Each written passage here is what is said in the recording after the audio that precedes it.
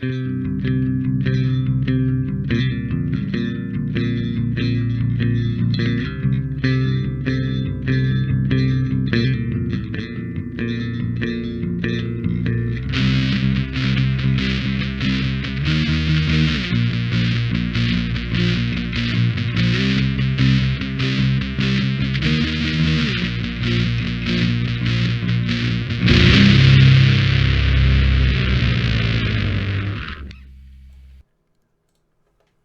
there. Welcome to another episode of Way of the Brush with me, your host, Kris, aka Mini Wargaming Kris, aka The Name Butcher, aka holy crap, he's doing 2 shows in a week.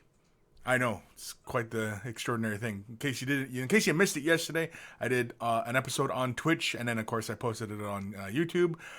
But because everybody's been recommending I use my Twitch channel more, so I figured, what the heck, right? And so did a special episode 152. It was on Twitch, but now it's on YouTube, and it's still on Twitch if you want to watch it on Twitch, because actually what's kind of fun is that the chat remains on Twitch for as long as the video is there, so you can actually see what I was responding to, and versus YouTube where it doesn't preserve the chat anymore. It used to, but it doesn't do it anymore. I don't know why.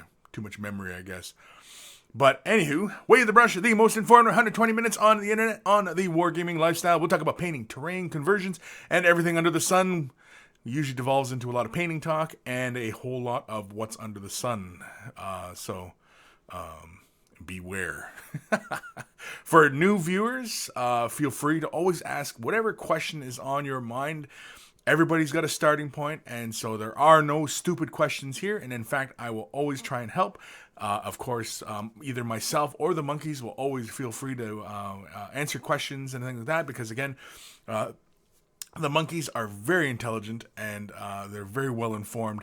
And so, of course, it's always a really great and helpful crowd, of course, whenever you ask a question. Of course, if you want to ask your question on the show, send me an email, kris@miniwargaming.com, and I'll try to answer it in due time. Of course, I'm like way behind on my emails. I'm looking right now, and we're way behind. So this is going to be a little bit of a catch-up show. I'm going to try and pound through a lot of emails today. And so speaking of monkeys, who's joining us today? Who is out there? We've got Plasma Plays. There he is. Who needs? I don't know. Now all the comments disappeared. Why is YouTube doing this to me already? Comments are disappearing. Why is that? Why do they feel it necessary to do that? Oh, Lordy. Because normally you can just scroll up, and already the comments have gone. Awesome. Thanks, YouTube, for making another change without telling me. Anywho, we got Caw King 555, Knitfink, Twitchy Kranos, Bat 94, so early. So early. Bat 94 got super lucky today. I managed to find a piece. I thought I lost my Eldar heavy weapon platform. Oh, very good. Awesome. Caw King 555, also 2 shows back to back. I know. How do I do it? How do I maintain this level of energy? To do 2 shows in a row in 1 week. I mean, it's, unheard of, right? I mean, it blew my mind. I mean, really. No, it's just a lot of stimulants. Moosehead Painting. Hello, monkeys, and Monkey Handler Kris. Hello. Bat 94. So I finally picked up a flow aid yesterday. How I properly use it. Well, I know the bottle says mix 1 to 20. Well, basically, whenever you're using it to create a wash or you're thinning down your color, it's really not really great for thinning down color, because because you do pay a fair price for it. Its job isn't really to thin down paint. Really, what its job is to help surface tension of the paint, right? That's what it's for. What it's really great at is that it helps make your homemade shade washes act like the shade washes from GW, where they'll creep into all the little recesses, and you know what I mean. And there's all this capillary action where it'll go into all the little details and things like that. And that's what you want this flow aid to do for you. So the easiest way I often do it is I get a little. Here we go. I have a little dropper bottle. You can pick these up pretty much anywhere, eBay, whatever. I don't know if like home health stores or anything like that will have them, but anyway, make sure it's got the little dropper inside. And as you can see here, I already have plenty of Floyd in here. I filled this up when I bought my Floyd, and you can see how like it's still pretty up close to the top here, and that's because I mean, whenever I'm making my mixes, I only ever use like one drop in my mix. So yeah, so you only ever use like a drop at a time.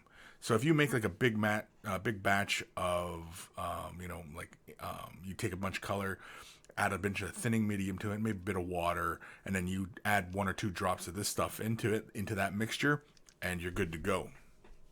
If you've seen any of the tutorials that I've done using this stuff, you'll see what my method is for mixing. Like I'll take a small little daub of paint, I'll take, twice the amount of medium, and maybe a little helping of water, thin it all down, add a drop of this Floyd or 2, and mix it all together, and then apply it to the model. Because again, most of the time, I'm only doing say 1 model, but say for example, you're going to do 100 models, right? You want to use this shade wash, for skin tones or something, like orc skin tones, right? And so you make this special batch of the shade, and really, if you were to do, say for example, like an entire bottle of shade wash, I'd probably do like 4 drops in the entire paint pot. I mean, if you were mixing say an entire paint pot of this special blend of whatever wash you were making, I'd probably add about 4 drops, and that should be around give you around a 1 to 20 kind of ratio. About that anyway. So hopefully that answers your question there. Plasma Plays, I gotta run a crap ton of errands today. Hopefully I can catch a little bit of the show live. Well, hopefully you do. Clumsy Juggler, hello everyone. I'm finally getting around to assembling zombie minis today. Cool, what kind of zombie minis?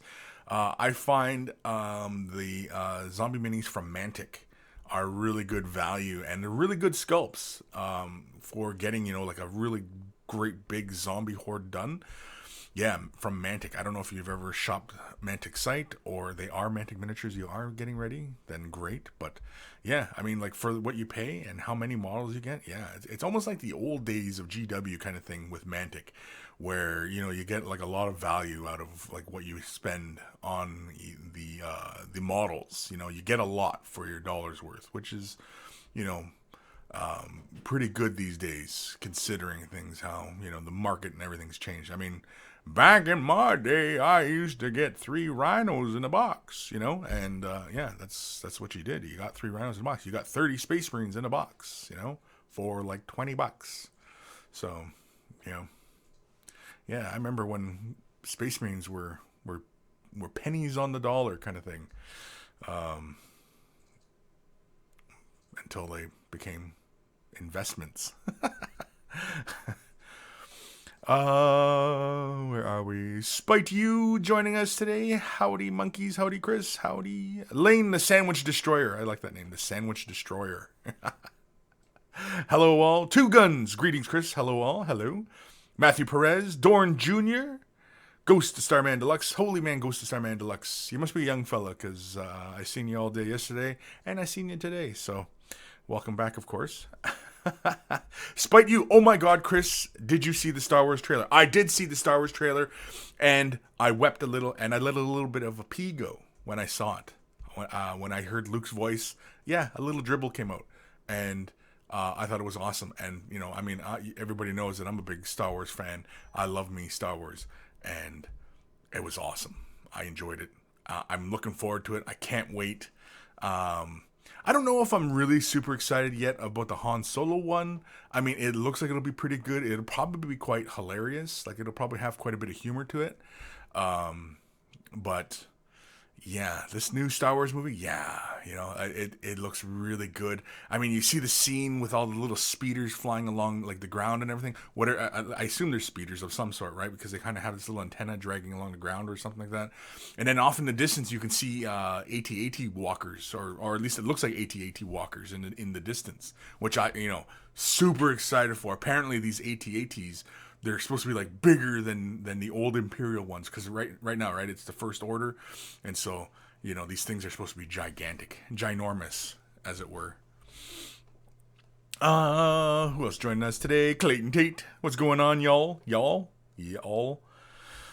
Good to see the computer isn't making computer problems for the show today. No, actually, everything was working pretty good, but I actually shut it off yesterday before I came in today and had to power everything up. But I came in, my usual time. I usually like to get in about an hour before going live, just to make sure all the plates are spinning properly.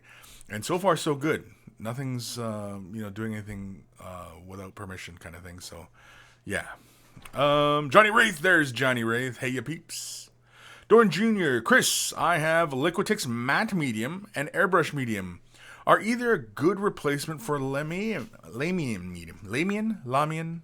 Anyway, or are they too different to thin paints? No. Matte Medium should work just fine. Liquitex Matte Medium should work just fine, as long as it's a fairly thin-bodied medium. Because I know, like, you do have to be kind of careful. Sometimes the ones that come in, like, the big round Tupperware, like, containers, they're very heavy-bodied. And oftentimes they'll say heavy body on them. And, you shake it around and it doesn't sound like sloshing or like something moving around. And that's because it's a thicker paint, kind of like GW paint. And so, it's not really what you want. The main medium, right, it flows like water. It's really kind of watery feeling. And so that's the kind of stuff you want. If you're using like did you say an airbrush thinner? Hold on, I gotta go back here. Yeah, an airbrush medium. You can use the airbrush medium, and that'll work just fine, because the airbrush medium guaranteed will be fairly thin and move very, very nicely. So, yeah, definitely. But the matte medium, yeah, if it's a heavy body medium, like it's thicker, then it's, you can still mix it into the paints, but it's not going to change the thinness. It's only going to change how strong the pigment is in that mixture, right? When you add, you're just basically going to make like a thick glaze, essentially, is what it is. And so it most likely is not going to be what you want. But if it's nice and thin, then yeah, if it flows like water, then yeah, you can use it. Acrylic paints, like water soluble, always in that regard. If you're using Citadel paints and you're going to venture outside Citadel for other mediums and stuff, always make sure that it's a water soluble acrylic medium, right? And that it's a thin body and not a heavy body or a thick body. Heavy body meaning that it's like it's greasier. It's like Citadel paint. Citadel paint is a heavy bodied paint, unlike other paint lines, like Scale 75 and Vallejo and everybody else like that. They're thin body paints. Bob, hello Bob.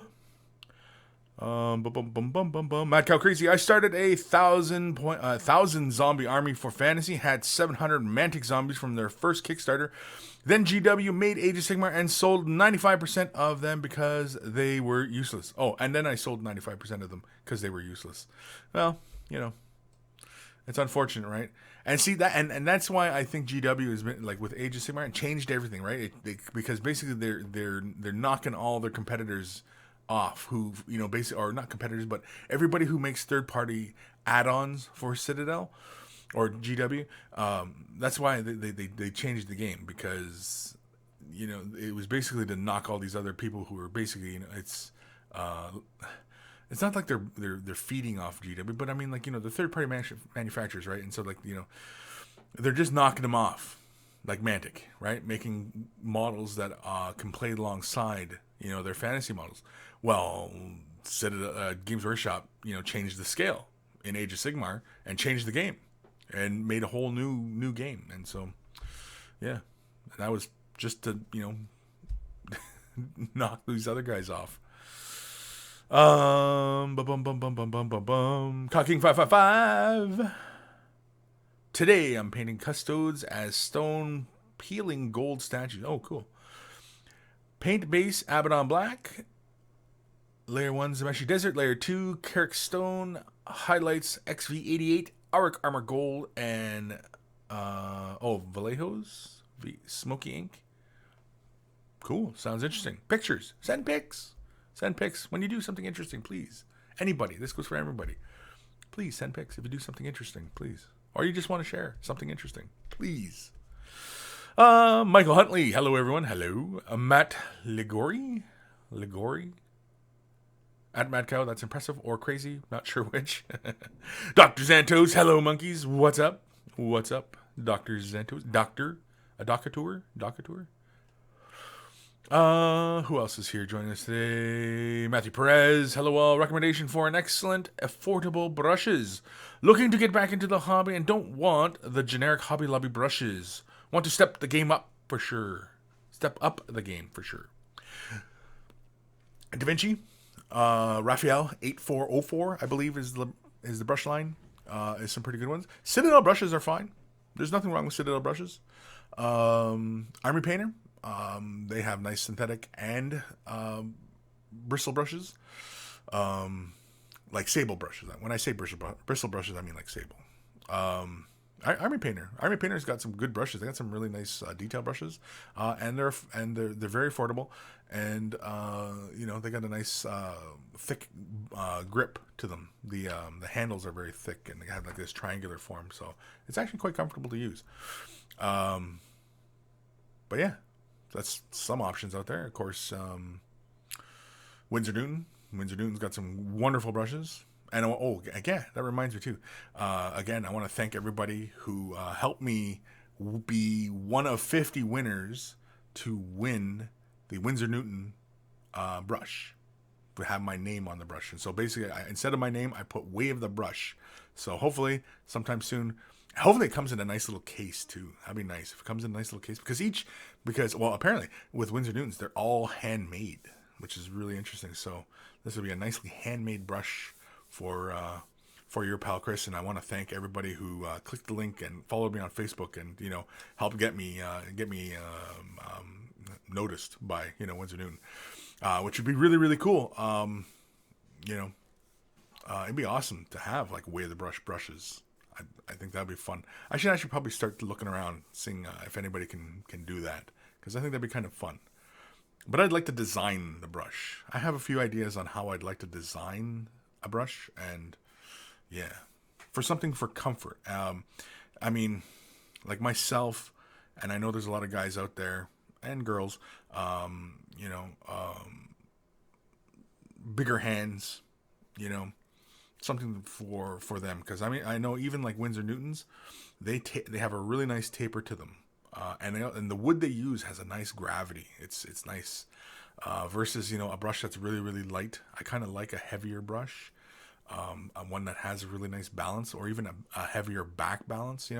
All of these things. A bubble in the back of my brain when I'm thinking about comfort and control, and yeah. Anywho, Dr. Santos, I'm a heavy body painter ready for action.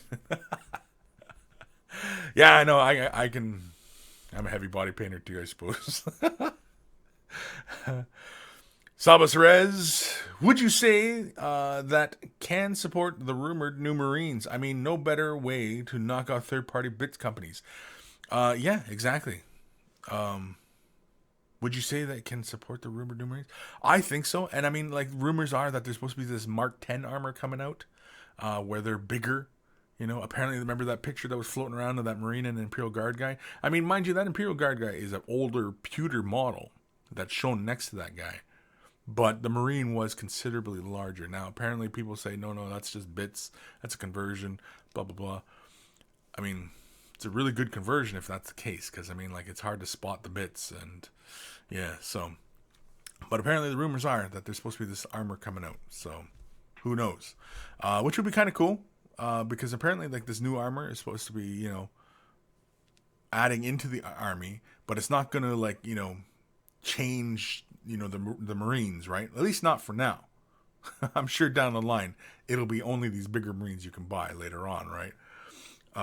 But, yeah, apparently, Mark 10. We skip 9, go right to 10, apparently. Kubla Khan, howdy Kris. Did you read my email yet? The Sylvaneth with the foliage. Just want to know if I missed it.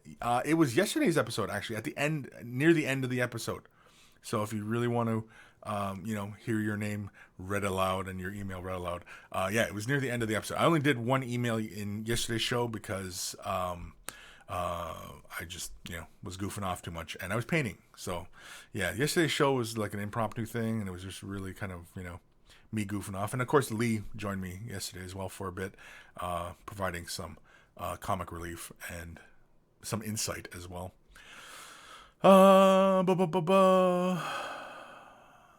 Bob, what kind of action though? Triple D? What? Nurglebum?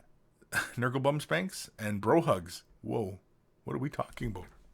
I think I missed the topic on that one. Jeez Louise. Ishyab, aloha Kris, Sammy C down in good old and warm North Carolina. Happy Easter weekend to you all and all the fellow monkeys in the room. Wish all good painting and gaming fun. Yes, hopefully everybody's getting some hobbying done this weekend. Everybody had the day off yesterday, at least in most places in North America, because it was Good Friday. North America being a largely Christian continent.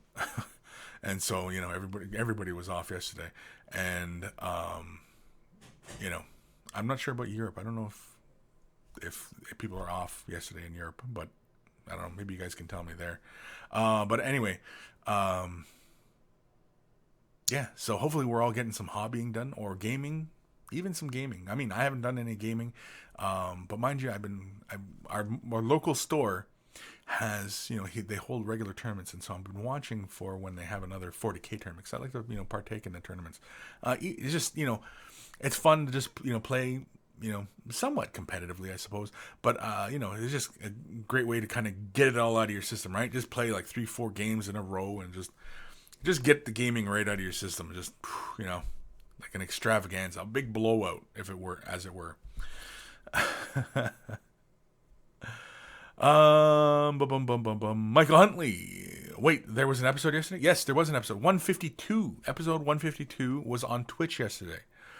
And, like I said, I've been, talking about doing more on my Twitch channel. So I did a show yesterday, just impromptu. Basically, I was painting and Lee was joining me. And, I read one email. I got through one email. Today, I want to get some more done because, like I said, we're way behind on emails. Adepticon, 2 weeks. I was out for Adepticon, and it just knocked my whole schedule out of whack.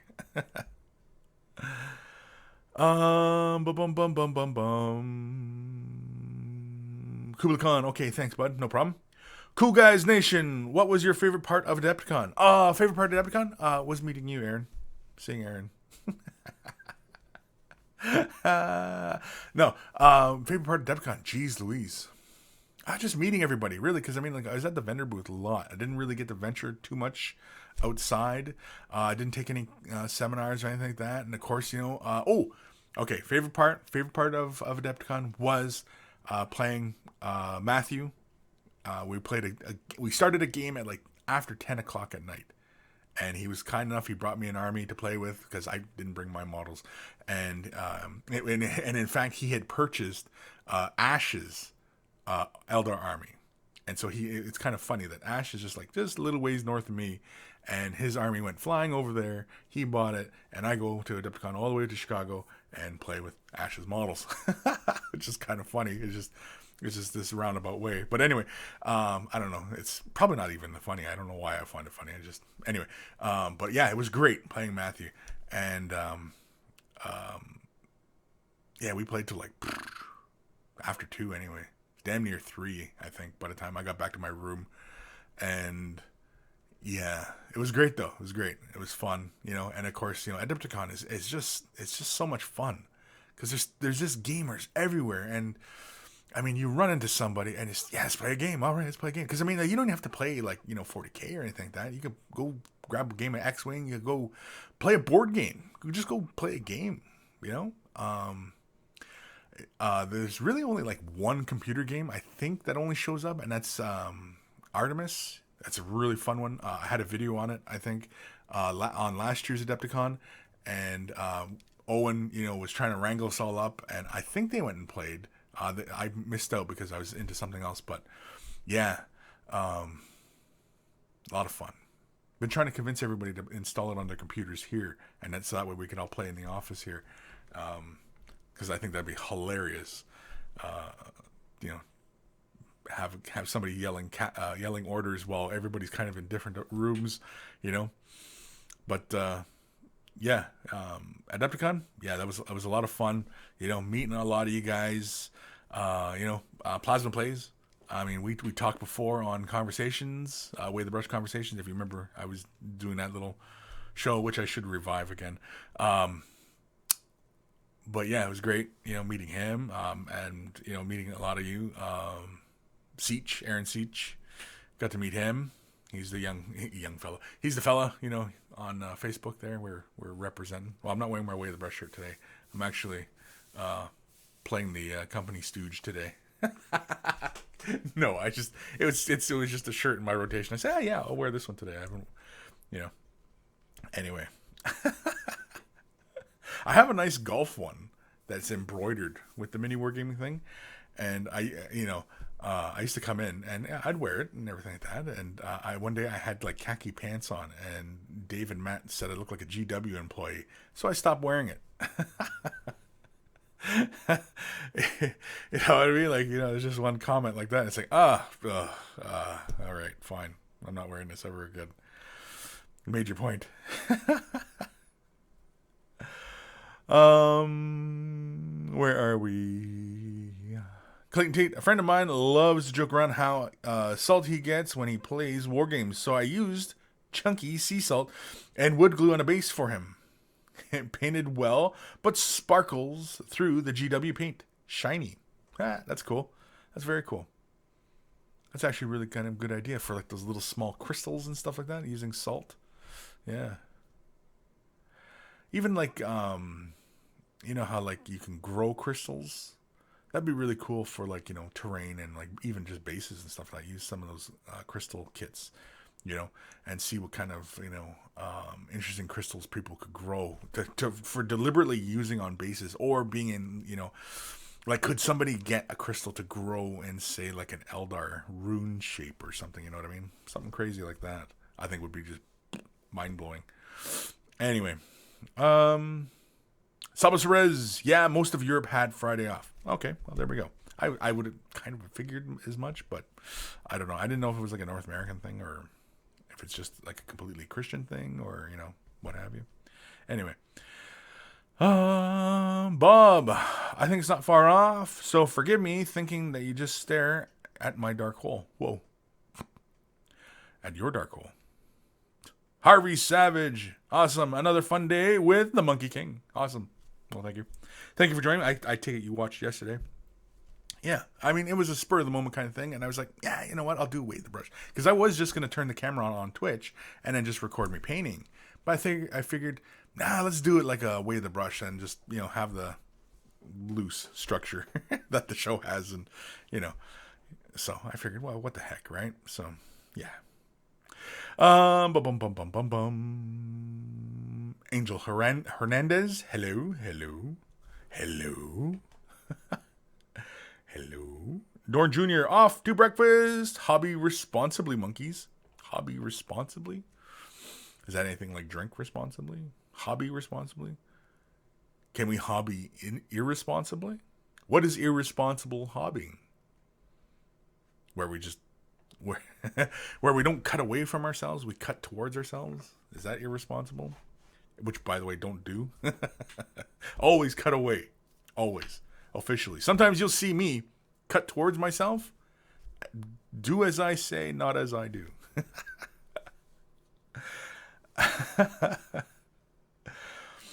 Mad Cow Crazy. Here's some life advice. Do not follow instructions on how to make crystals from 4chan.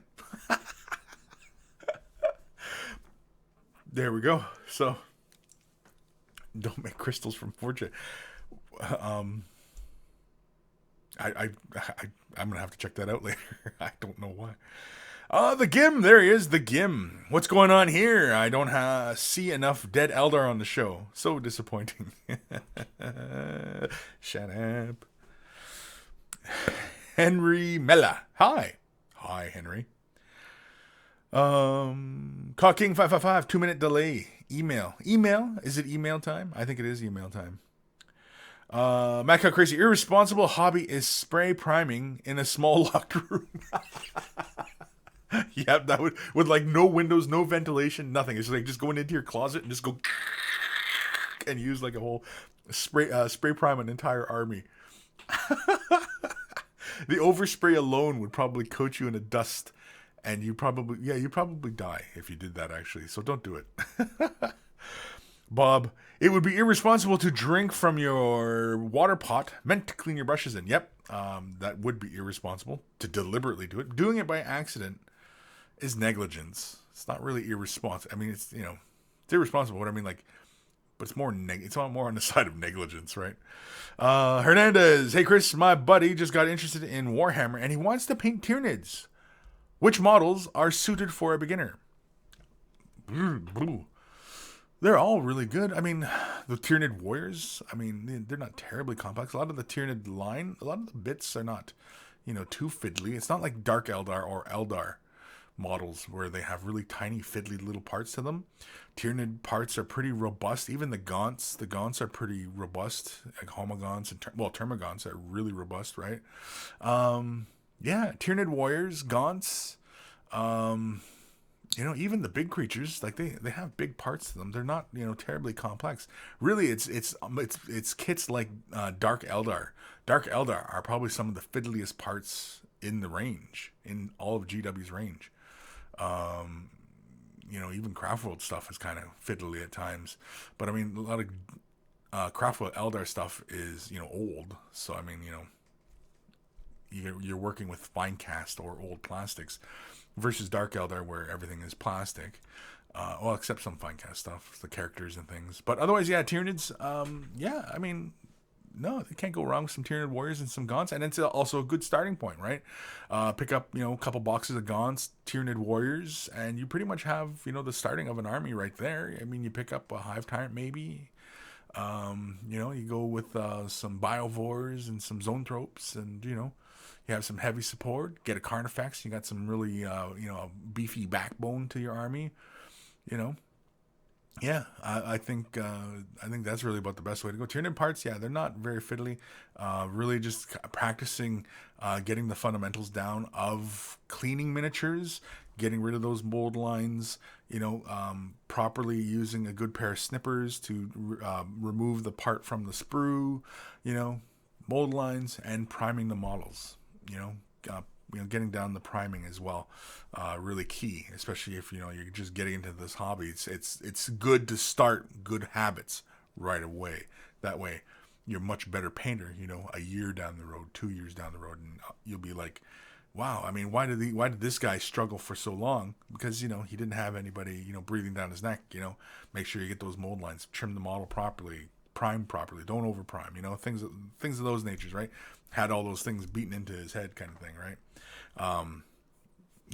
So Tyranids though, I don't think there's anything wrong with Tyranids as far as like beginners go. Because again, like I said, there's nothing too fiddly about the sprues. I mean, they have like tiny little parts, like the little like adrenal glands and things like that go on the models, but you don't have to put those on, because most of the time people don't even know what the hell they are. So yeah. So hopefully that helps. Angel Hernandez, Angel or Anal? Is it Anal? I can't remember how to pronounce that one again, at least properly. I mean, I see Angel, but it's not Angel. It's anyway. Name Butcher. Don't forget Name Butcher. Two Guns. I have the best wife. She just dropped me 2 large bottles of beer and a large pack of toffee popcorn. Oof. 2 beers sounds nice. Toffee popcorn, though? I don't know. Diabetes, man. Kublai Khan, hey ho, just tabbed out to check your response to my email. I didn't do the OSL effect on the Durads because I did it on the first one and my girlfriend said she didn't like it. Well, hey, she didn't like it.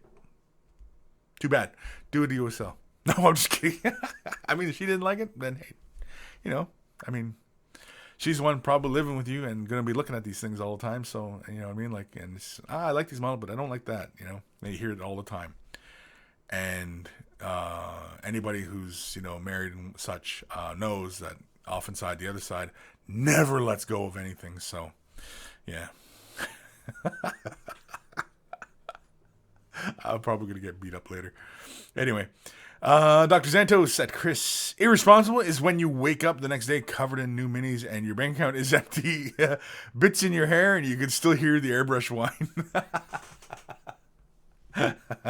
That sounds like an irresponsible bender. That sounds like, like you just it's just a complete bender. Yeah. Mad Cow Crazy. Instructions for growing crystals on 4chan are always recipes on how to make mustard gas using bleach and ammonia. People have been seriously injured and ended up in the hospital. Oh yeah, that's not smart. But I mean, only, complete morons. I mean, probably should research how to make mustard gas and then go to crystals. And that's the same recipe for mustard gas. I'm not going to do that, and then not do it. The Gim. Irresponsible is not doing too thin coats. Laughing my ass off. Not doing too thin? No. Doing 3 thin coats. There we go. Or doing 1 heavy coat. That's irresponsible. Just doing 1 heavy coat. Yeah, don't do that. Wargrin. Hello, people. Hello, you people. Hello, Wargrin. How's it going? Jameson Hoff? Is it half or Hoff? Hoff? Anyway. Just started 40k and bought Dark Elder. LOL. The models are just the coolest. It's also my first time painting minis. Well, very cool. Again, as I mentioned, make sure you get the mold lines. Make sure you clip the models properly off from their sprues. Be sure not to over prime your models. I definitely would recommend not using any of the colored primers for a bit until you get used to priming. And again, when you are priming, if you want the color scheme to be bright, prime it white. Otherwise, prime black. I mean, I know a lot of people prime in black, but they struggle to get nice bright colors. And, save yourself that headache now. Prime it in a lighter color, light gray or white. And yeah, I don't know, Jameson, if you are a Vault member for Mini Wargaming's Vault, but I have a really interesting and comprehensive series for beginners. It's Miniature Painting 101. And it goes over all the basics, color, like basic entry into color theory, terminologies, materials, techniques, and things like that. And of course, we got some beginner stuff. I think I did one on priming as well in that as well. So if you're not a Vault member, if you are a Vault member, then thank you and awesome. I'm sure you're probably enjoying it, but maybe you never heard of that series. You have to do a little digging into the Vault. Basically, you just kind of either search it or you can go by video tag and miniature painting 101. But it was like a 20-part series, so there's a lot of material there, and it's not like very long videos, maybe anywhere from 5 to 10 minutes each, but easily digestible kind of stuff. Jabba's left nut. Hi, Kris. Just sprayed my 30k Terminators with Alclad 2 Candy Red. I've done 2 coats, but still can see the pale gold on the edges of the armor. Is normal, or should I do another coat? On the edges of the armor? I wonder, now when you're spraying it, maybe is it too thin? And the color is collecting further in, and so it's leaving those edges bare, maybe, and so it's not giving you a more uniform coverage. maybe that's possible. Like maybe you're overthinning it, or maybe lower the pressure maybe a bit, and so that you can get more even coverage. But yeah, I have like no experience using Alclad, so I'm not sure. All I know is that they are a solvent based paint line. They're not water soluble, so you have to pretty much use like their thinners, or I think you can use alcohol with Alclad. I do believe you can use alcohol, isopropyl alcohol, to thin their colors. But again, I've not used Alclad. I've heard great things about using Alclad, but yeah, I've not used it. So I'm afraid I'm not that much help. But as far as paints go, and of course, like the edges are still showing visible. Yeah, it sounds like when you're spraying the paint on, if it's a little bit over thinned, that it's collecting on the broader surfaces and it's reducing down as it dries, and so it'll leave that edge like that, right? Versus if it's a little bit thicker, it'll give you just a little bit better coverage. It'll sit evenly along the surface and it won't regress as it dries. But if anybody out there is familiar with using Alclad and is very adept at it, then please feel free to help Jabba's left nut. Help Jabba's left nut, and provide him some expertise, because again, I've not used that's a paint line that I've not touched. I've been interested in it because I'm very interested in the chromes and a lot of the metallics in the Alclad line, and so, but yeah. So again, hopefully somebody can share some wisdom if they've used Alclad before. Johnny Wraith. Anal. Had totally forgotten about the name butchering. Johnny. Come on, Johnny. I mean, like, you tune in every week. Name butcher. It's right in the beginning, man. The Gim Tyranids are fun because they can get messy with them and they still look good. Nature abhors a straight line, so go for it. Devour the galaxy. That's some good advice from Gim. The Gim. Johnny Wraith, yeah. Angel equals Onel. Onel. More of an H sound, right? More like Onel. Anyway. Oh, Jameson half. More like half. Like half. Okay. Like cut it in half. Half. Jameson half. Okay. That's what I'm going for. Half.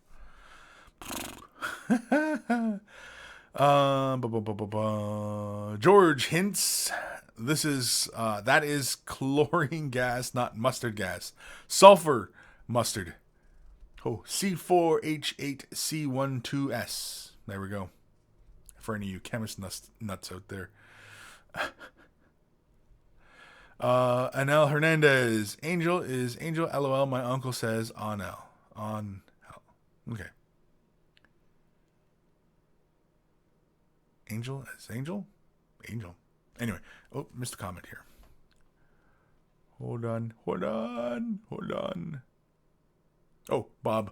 Tyranids are fun, but man, the amount of minis you have to bring to the table, I'm going to have to get an airbrush. Usually wait too long to say, Uncle. Yeah, that might be another thing too, getting an airbrush, investing. I mean, if money's no object, get an airbrush. If you're going to do like a large horde army, like Tyranids, Orcs, Imperial Guard, any of those kind of things, yeah, get an airbrush. Two guns. I just got a bottle of Stynylrez. First time I've used this primer, but I have to say I am really impressed. It's a mid-tone gray, but getting nice bright colors from it is very smooth. I've played around with some samples from Stynylrez. I know initially when the paint line was coming out, we had testers from it, which I thought were really, really great, but I burned through them, so I haven't repurchased any. But yeah, from what I've heard, I haven't heard anything bad about Stynylrez. I haven't heard anything bad. So feel free to pick up a couple bottles, and they do a ton of colors too. Very interesting. There's like a whole bunch of color ranges for it. It's not just black, white, gray. They have like reds, yellows, greens. Yeah, so pick up a bottle. Feel free. Bob, email time? Yes, email time. Yes, I know. We got to get through an email. Because holy man, We're already 45 minutes into the show here, and I haven't even read an email yet. Dark Selden. Hey, Kris. First time I've caught you live. Hope you're having a good one. I am having a good one. Just one, though. Actually, okay, this week I'm having two. This one, two. Yesterday and today. So I had two. Jabba's Left Nut. Thanks. Bottles say don't need thinning and is shrinking back with spraying at 15 psi. See, that sounds like it should be fine. So I'm not entirely sure. Again, like I said, I'm not entirely sure what the problem could be with the Alclad. I have no experience using Alclad. I've heard great things about it.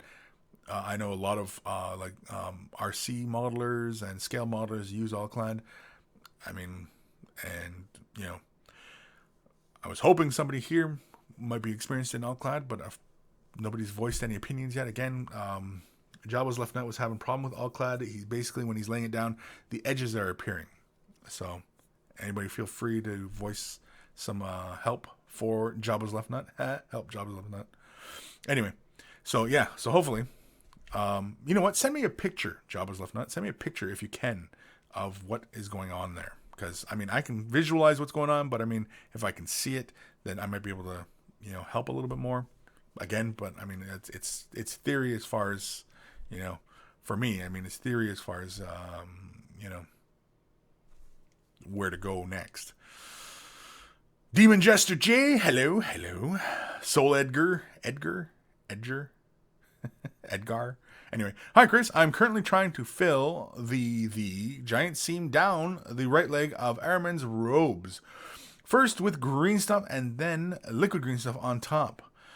The liquid green stuff is drying with a texture. Will it show up after painting? If there's a texture there, then when you paint it, it's going to show up. Now, if you lay a few layers of paint on top, you know what I mean? Like you do a couple thin coats and you apply it so that you get a nice smooth finish.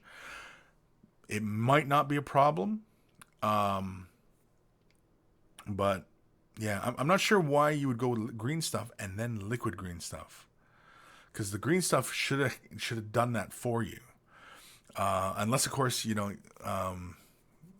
didn't get the green stuff down nice and smooth. Because again, to get green stuff to go nice and smooth, you got to wet either your fingers or your tools. You got to keep your tools wet when you work with green stuff. And so, a really great product to have in your arsenal if you're using a lot of green stuff are shapers.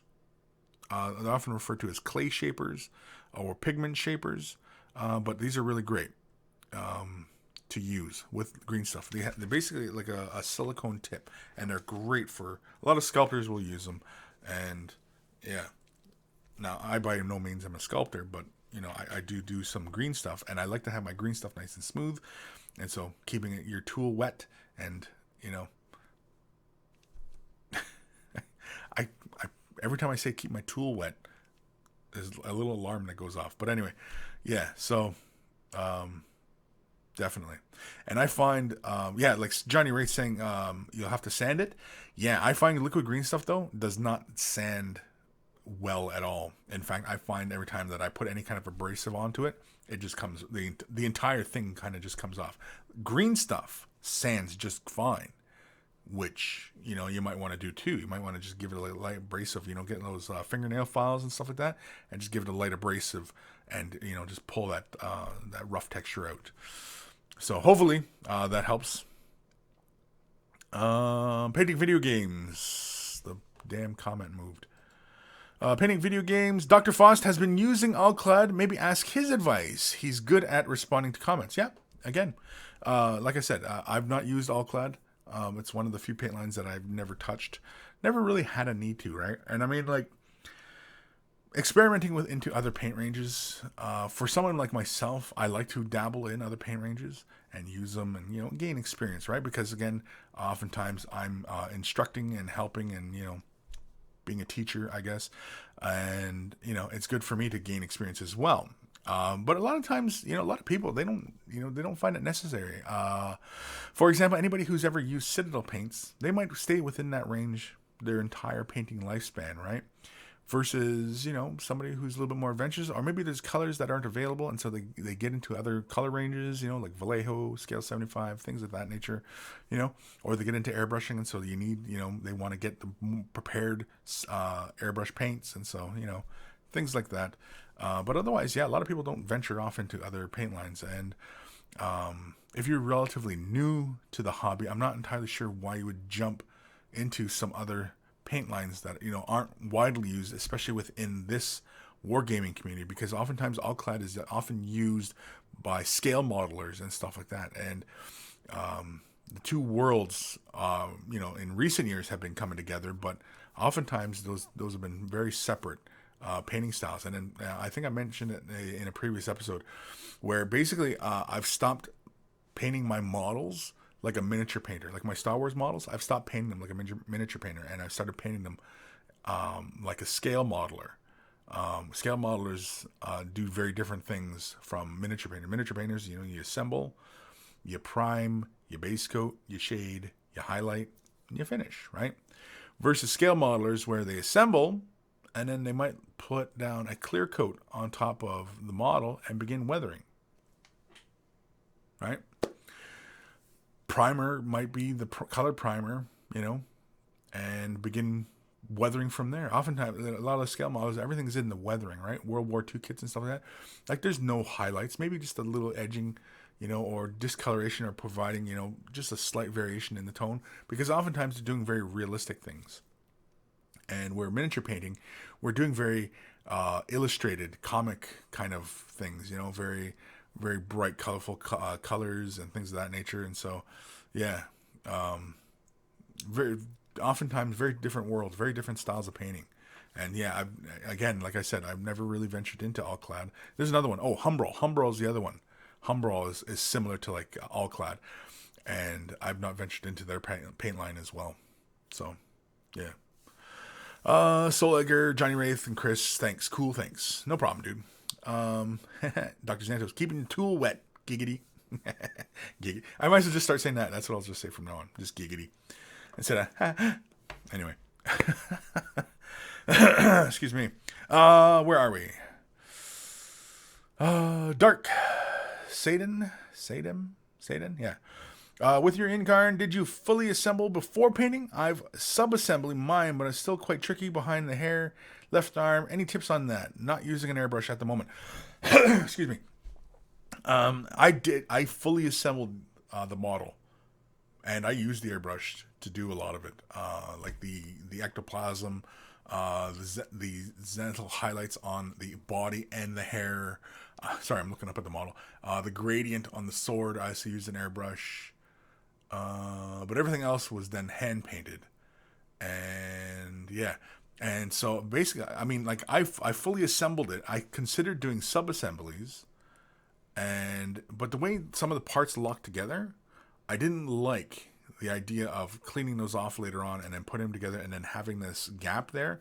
I didn't like it because there's one part where the hair connects up to the ectoplasm and there's a big old gap there. And I don't like that. And I didn't actually, when I painted the model, I actually didn't fill that gap in, but I said, screw it anyway. But, yeah, so I don't know. It's up to you. I mean, it really depends on, what kind of standard you're going for.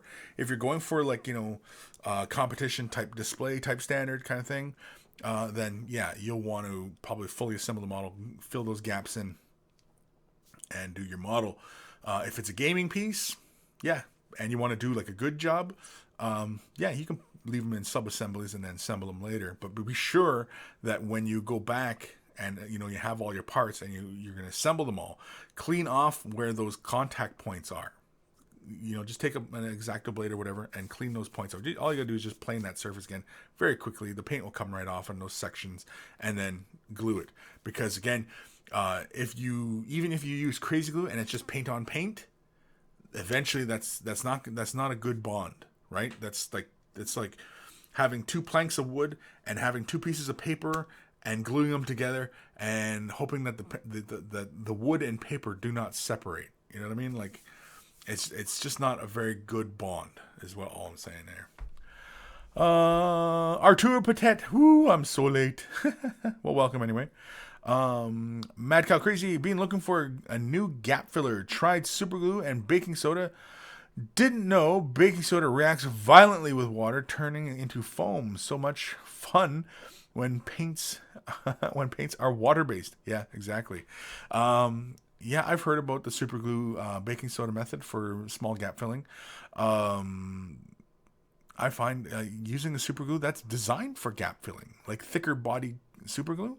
Like say for example, Zap-A-Gap is a good one. I used to use Zap-A-Gap all the time for gap fillings on models and stuff like that. So I see no reason why it wouldn't work well now. Um, yeah. I'm just trying to think of any other good gap fillers. Green stuff never fails. Vallejo's got a great one for plastic putty. You might have seen it in a few videos if you're a Vault member. Basically, plastic putty. It's a marble acrylic mix. It's marble dust, and it works great. It doesn't shrink. Like liquid green stuff from Citadel will shrink as it dries, and I don't like that. Whereas Vallejo's plastic putty, it's a marble dust, and it doesn't shrink when it dries, and you can sand it afterwards too. It's very durable and works fantastically. You can even use your brush to like a damp brush, and you can just feather it out, get a nice soft edge, and it's fantastic stuff. It's good stuff. Ben Ossick, rip, rip, rip. Johnny Wraith, Kris, it's very interesting to hear you say that about painting more realistically. You've always said that for wargaming you prefer the more stylized approach so that they really pop. I do. But for scale modeling, I mean, you want to do it realistically. Like for example, like my Star Wars stuff. I mean, like my TIE fighter, I painted and my Warwalker, I painted like regular miniatures.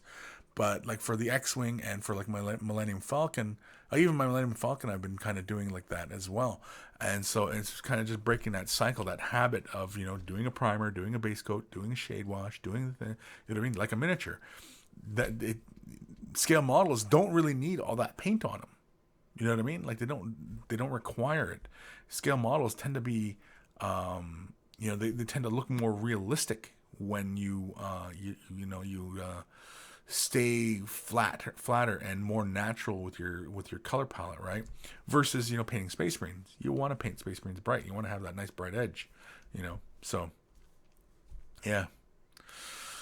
But yeah, I mean, scale modeling is just different, right? Johnny, or are you talking about your other models? Yeah, like my Star Wars models, I've been treating differently from gaming pieces. Like for example, I've been working on my Corsairs. I was doing my Corsairs yesterday. I started with a primer, base coat, and then began laying glazes down on top of them, right, to change color. But I'm still building it up like I do a normal miniature, and then of course I'm going to do a little bit of edging as well.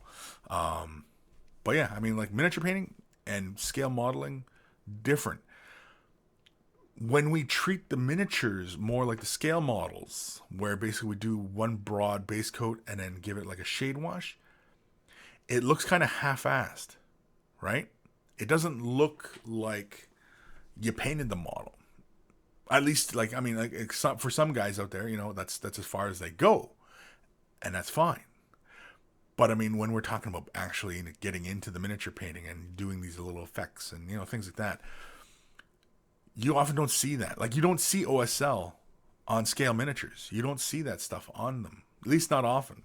They'll actually just wire up actual lights to the model and create actual lights onto the model. They don't paint that effect onto the model.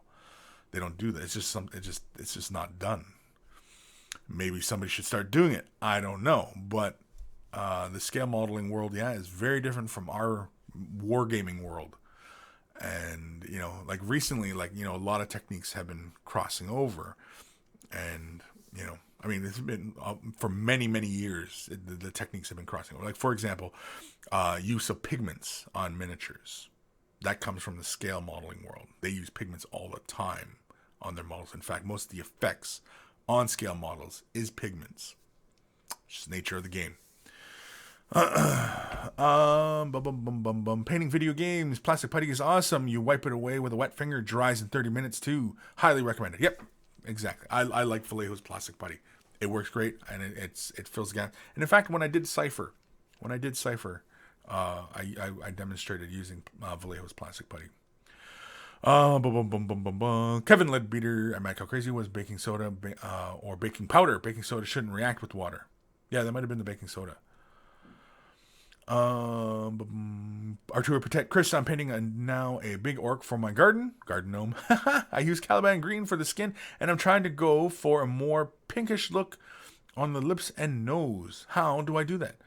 Do you have an airbrush, Arturo? Or are you doing it by hand? Because if you're doing it by hand, then you could probably take a mix of, say, for example, what is it, Caliban green you're using for the flesh? And take, say, for example, Bugman's Glow or even Cadian Flesh Tone. Make a mix, say, 2-to-1, 2 green to 1 flesh. And, say, thin it down just a little bit and just create a couple layers on the areas where you want this to slowly start to build up. And then, of course, then take a 1-to-1 mix of the two. Then again, apply it in, obviously just like you're creating your highlights, right? So less and less. If you're glazing, it's a little bit easier, and you can probably skip right to a 1-to-1 mix of the colors, and then slowly build it. I really wouldn't go as far as putting, say, for example, pure flesh tone on the areas. It might just contrast too much. Whereas you want to give just a little bit of warmth to those areas, you might go as far as, say, like a two flesh tone to 1 green. I might push it that far. Maybe if it was like a miniature, I would just a little edges and things like that. But if it's a garden gnome, yeah, I mean, you probably want to go a little bit bigger than that. But yeah, I would go with something like that. If you're using Citadel colors, yeah, I mean, Caliban with either Bugman Glow, which has a nice ruddy tone to it, and it should mix quite fun. It'll look odd at first, but as you slowly transition through that green to the flesh tone, yeah.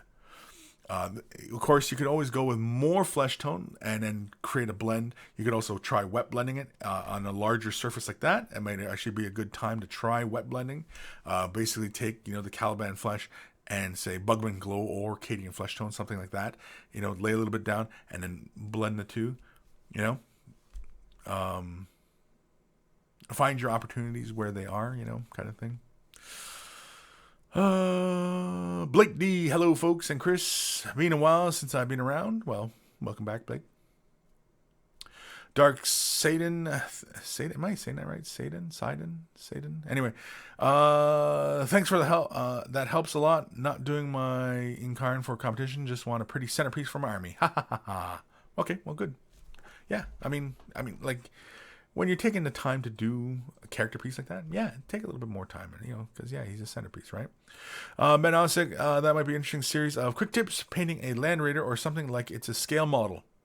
Yeah, it'd probably be fairly quick. I mean, like doing a quick little series on painting a model like a Land Raider, and basically just giving it a base coat, maybe a little bit of a highlight, coming in with, say, like a stronger blue and then a pale blue, so it looks weathered. You ever see the picture of the rhino in front of Warhammer World? Yeah, Warhammer World. You see the rhino out there, and there's a lot of people. Well, I've seen like Johnny Wraith. Johnny Wraith's got a picture of it, I believe, with the rhino, right? And you see how, like, when you look at the picture of the rhino, think about what those colors are. Right? And like, we know that it's ultramarine blue, but the actual color itself is a lot more faded. And of course, real vehicles operating for any length of time, they're going to get faded from the sunlight, right? And so, you think about it in those terms, that those colors are going to be very desaturated. And oftentimes, whenever you're looking at, like, for example, like Vallejo, like their color line for models, like scale models, very desaturated colors, very natural looking colors. When you apply those colors to miniatures and, like, doing 40K miniatures like that, using those colors, models look really kind of dull and muddy, versus scale models where oftentimes the diorama, like the natural foliage and stuff like that, actually has a brighter tone than the actual paint on the tank, because again, the colors just aren't that vibrant. They don't paint camouflage tanks in vibrant colors. They use very natural and subdued color palette. Excuse me. So yeah.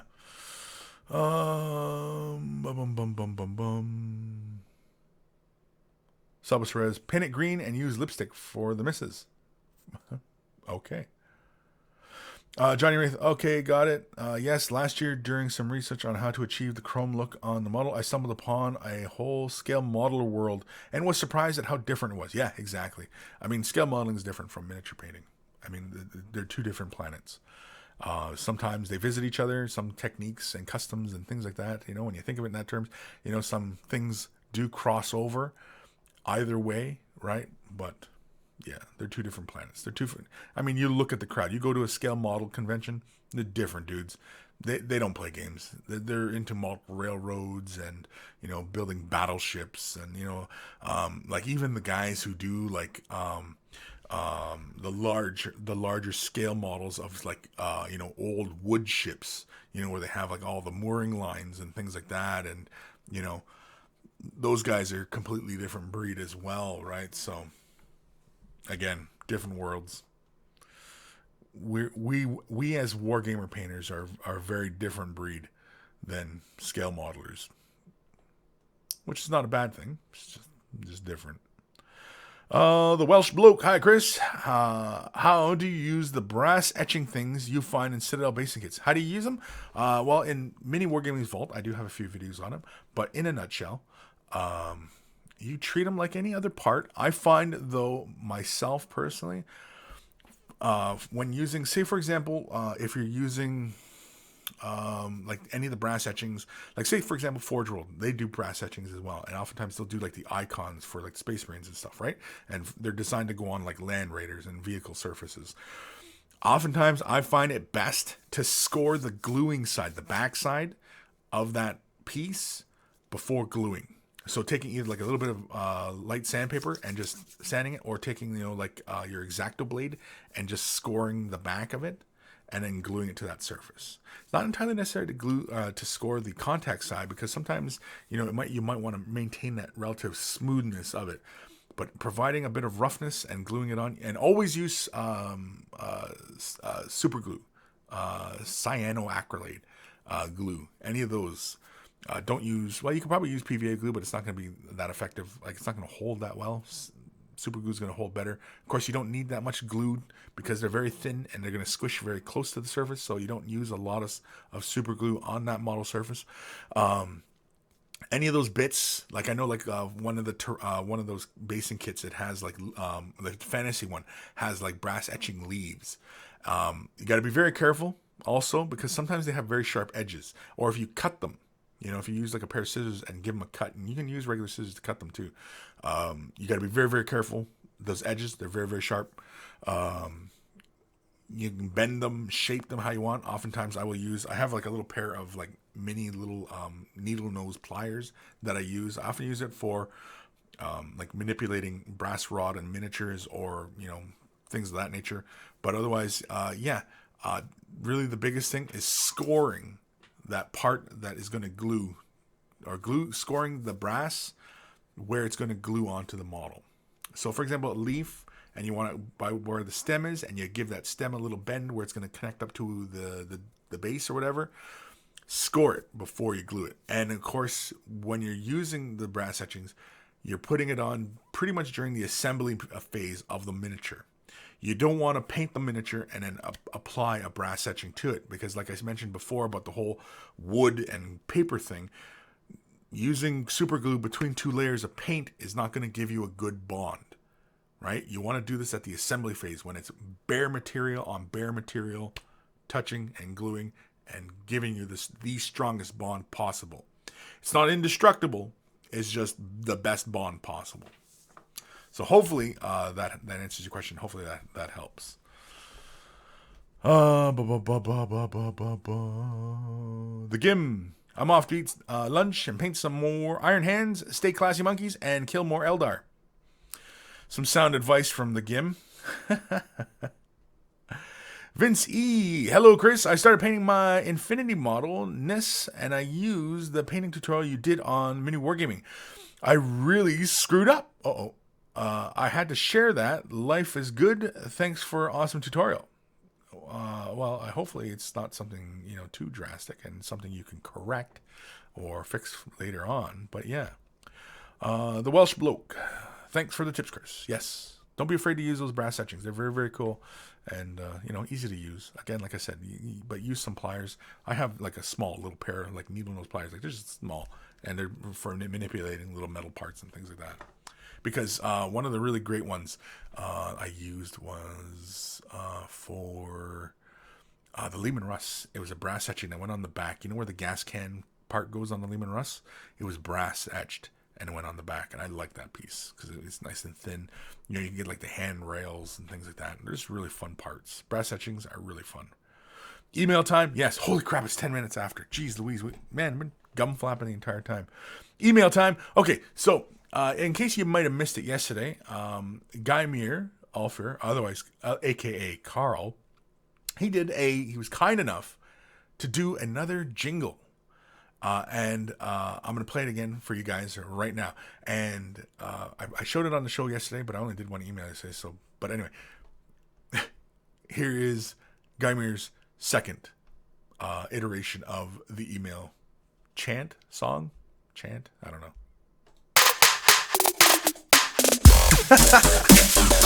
Email time. Email time. That crap still cracks me up. Anyway, okay, so here we go. We got an email from Zachary. He sent it as a Google Doc or Google Drive share, and I'm usually not one for these. Mainly because I click on the link and then I have to exit out and click on another link, and versus normally when it's attachments I can just click like a little arrow on the side here and cycle through. But anyway, here we go. Here's Zachary's models. Holy crap, see again, this is why I don't like clicking links that I don't know. Very cool. Oh man. Yeah, see where he's got a lot of bright colors. Oh man, I gotta fix them. Oh, this is annoying me. Oh. Anyway, okay. When you got a lot of bright colors like this, I can see it looks like. Oh my god, I hate that. Anyway, when you were trying to do bright colors, as I mentioned before, you got to prime it white. Go with a white primer. Don't go black, or even a light gray. I mean, he's probably struggling to get these colors really, really bright. He probably has to lay a bunch of layers down. Like that looks somewhat heavy. Obscuring details, because I'm pretty sure this model is still the old pewter, if not fine cast. It's obscuring the details. Fine cast, like the details transfer really, really well. I like the highlights. I like your freehanding of the trim on the cloak. I think really don't worry so much about, getting highlights down and stuff like that. Concentrate on being neat and getting a nice smooth finish on your models. Be wary of applying many, many colors down on a miniature, as oftentimes it'll feel very busy, and so it may pull the viewer out. For example, like say the orange on the hair. See, I suspect it should be the same orange on the wings, right? And that kind of orange on the hair and the wings, it really should be on the cloak as well. Or even on the inside of the cloak, and the outside be the blue, and like the blue on the cloak should be similar to like the blue in the helmet. Of course, it could be like his craft world color scheme, So, but either way, I would concentrate on being a little bit neater. Yeah. Okay. Hold on here. Oh, I'm just gonna jump through a few of these here. Ooh. I think we've seen these miniatures before. If not, these are from, I believe, Wargaming something. Can't remember what they're called, but these are alternate scalps for warp spiders. I'm not particularly huge on them. I just don't like the stance. Everything else about them is really, really cool, but I don't like the stance. The legs seem really, really short in comparison to everything. But otherwise, really nice job on these. Stayed fairly broad. I like the highlighting on the guns. Everything here is very, very neat. Bases look really good. Everything looks really great on these. Maybe the first one was there was no description here on this. I'll jump this next one here. Showing his efforts on his Wraith Knight sword. Very cool. Looks like he's doing a bit of glazing, maybe. Or he's just mixing and laying down alternate layers of color. Either way, very interesting effect going on the sword. I like that. Almost like a Damascus steel kind of thing. No. Let's go this one. Farseer, a little bit out of focus, but okay. Yeah, again, be wary of laying down lots of colors on a miniature. Otherwise, yeah, it looks pretty neat, though. I mean, looks good.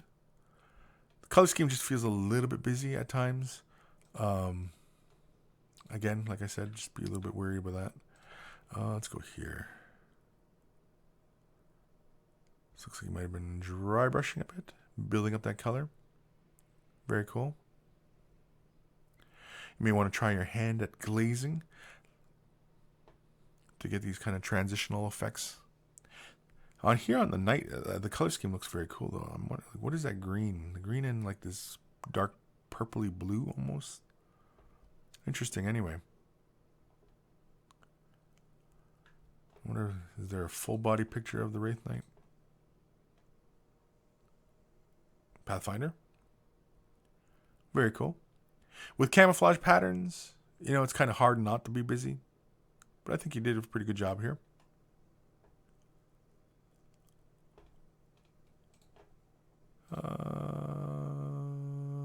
More Pathfinders.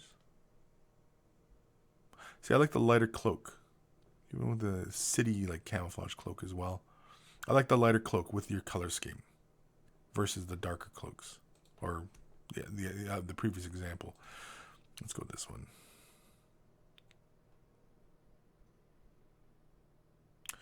I dig like the lighter blue, and it looks like a pretty darn good transitional effect going on here with your gemstone.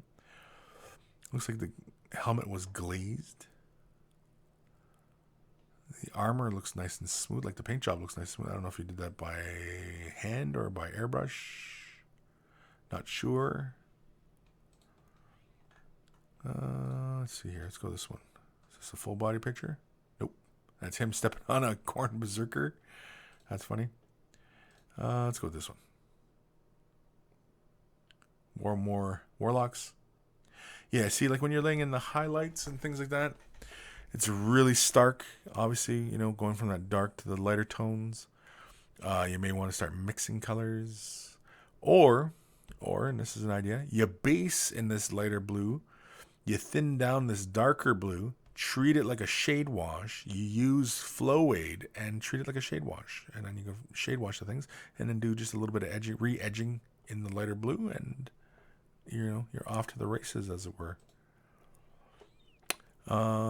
Jet bikes, old school jet bikes. I like the chevrons. If I had to guess, I'd say that's free-handed, and I would say that's some pretty darn good free-handing there. I know free-handing chevrons is not easy, and yeah, I like it. It looks good. It's a very interesting color scheme. It seems very, very military, kind of inspired. They like the color palettes on them feel kind of like natural kind of color scheme as well. And so, just a quick look at the chat, just to make sure there's nothing too heavy going on. What did everybody? How did everybody like the second iteration of our theme song? I liked it. I mean, it's good. I think I'm gonna have to send Carl a note in case Carl doesn't get me saying it here. I think let's go with something a little bit more funky. Yeah, a little bit funk. Bit of Motown, bit of funk, you know, something like that. Anywho, let's jump to another email. This is from our good buddy Jordan, aka Plasma. Hey Kris, on episode 150, I mentioned that I transitioned from painting miniatures to creating spray paint art. I attached some of my recent works to show what I've been trying. To tie this back to miniatures, I've started to get the old itch to finish my Necrons and continue my Space Marine / Imperium collection. Hopefully find the art interesting. I find any art interesting. And here we go. And of course, good old Jordan knows how to follow directions and sent it as attachments. Very cool. I dig this style. I've seen this style of spray can art. Well, I'm sure a lot of you guys have seen this style before. I like it. I think Jordan, a piece like this, I think you shouldn't be afraid to go with a bit darker space, like the space be a bit darker, and bring it up to these kind of blues. Come up kind of bright like this, especially because you have these such dark shadows on the planets, right? Again, be mindful of where your shadow placement is. See, your light sourcing feels a little funny, right? This planet here is being lit this way, this planet here is being lit this way, and this planet over here is being lit coming from the far right. Try and be consistent with your light sourcing, but that's just, that's a nitpicky thing. I like the texture going on this planet. That's really cool. I like it, dude. I like this kind of art. This is really, really fun, fun stuff. Yeah, the stars look cool. I think too, the stars, don't be afraid to use like any of the lighter colors too, like yellows, light reds, light purples, things like that, and just kind of like just give like one little splatter right across, like very, very lightly, right? Just kind of so you get just a couple different colored stars, because stars aren't all uniformly white, like unlike Star Wars, where Star Wars the stars are always one color. Real space stars are many colors. Oh, look at this piece. This is really cool.